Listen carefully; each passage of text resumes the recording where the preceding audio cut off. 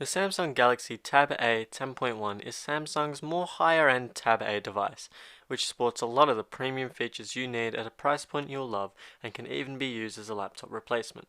In this video, I'll cover the device itself, pros and cons, as well as some useful tips and tricks.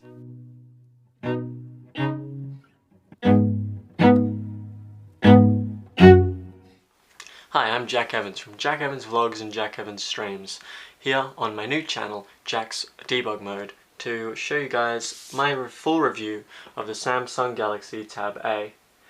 I might change the name of this channel completely, but for now, this is what it is. First up, I think I should get the technical specifications out of the way. It's got a 10.1 inch Full HD IPS display with a pixel density of 224 pixels per inch, an Exynos 7904 octa-core processor with Mali G71 graphics.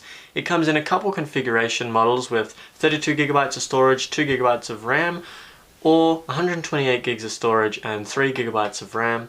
It has an 8 megapixel back camera for taking photos of board notes, and a 5 megapixel front camera to make sure you're still as ugly as you were in the morning.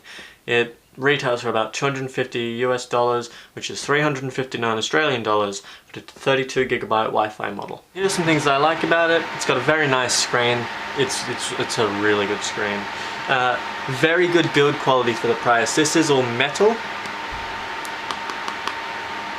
except like the antenna band, which is plastic, but like it has USB and OTG support, which I think is amazing for any device with just any screen or any connector or anything. Having USB OTG support is a godsend.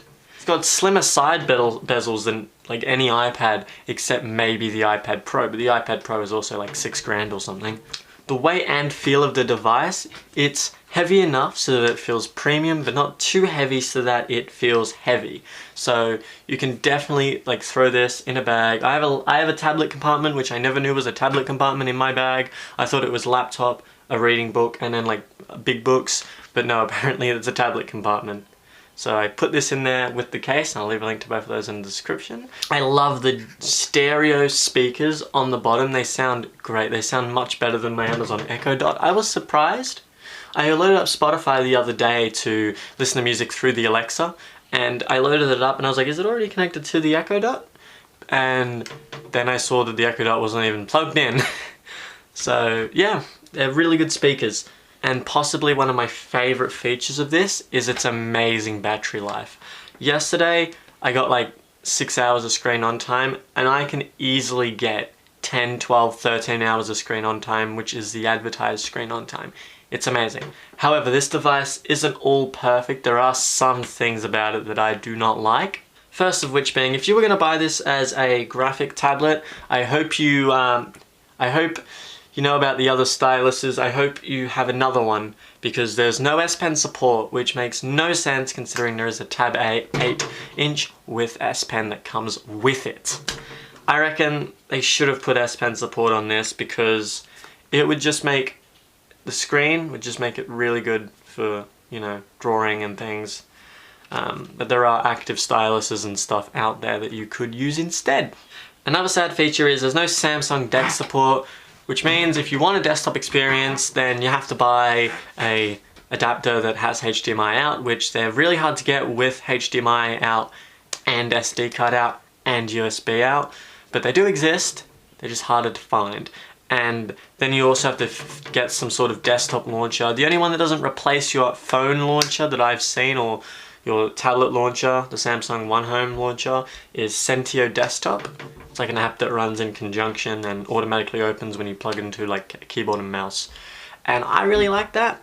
But I don't have a dock yet, so I don't put it on the TV, but I have tried it with a keyboard and mouse, and it is actually really good with your windows and everything. It's amazing. If it had this feature, it could kill laptops. It could just kill them. No need for laptops, at least for me and my group of friends and stuff. Adobe Rush. Adobe Rush, you can edit on the timeline down here and have it up there, not on this device, unlike Samsung other devices. But imagine if it's not even supported. You can't get Adobe Rush on here. I could just imagine like, oh, you're editing something on your Samsung phone, and then you use Samsung Flow to send it over to your Samsung device, and then, you know, you're editing and you get your full Adobe timeline, your effects menu, your like browser, your preview, and your timeline along here. That could be amazing, and it would kill laptops. It would just kill them, and it would kill the iPad Pro, and it would kill my least but also most favorite app in the world, Kinemaster. I only like Kinemaster because it's the only good video editing app. It isn't much because its competitors are things like free Photoshop Video Editor 2020, contains ads, contains in-app purchases. But still, that's the only real deal breaker I would have, but even then I still have it and I still love it, and Kinemaster's fine. It's just, you know, the biggest annoyance I have with it. However, I do have some useful tips and tricks.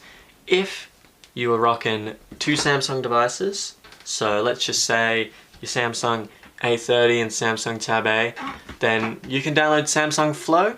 Samsung Flow allows you to send Samsung Notes, or just any files really, to each other, share mobile hotspots, and get notifications.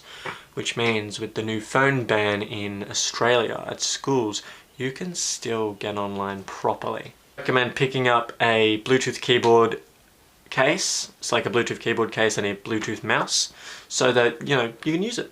Or do what I do, which is either a USB keyboard and mouse, or a Bluetooth keyboard and Bluetooth mouse with just a regular folio case, which is, you know, probably the better alternative because then you actually get a real keyboard, but, you know, it's up to you. Also, like I said before, send to your desktop for desktop kind of things. So, I hope you guys enjoyed my first video on Jack's debug mode. I'm just going to be doing technological tips, tricks, and reviews because I do too much of that on my vlog channel. There's way too much of that on my vlog channel. It's not really vlogs anymore. So, you know, editing tutorials will still be on that because that doesn't really fall under tech. So, leave a like, subscribe if you're new around here, and I'll see you guys in the next video. Peace.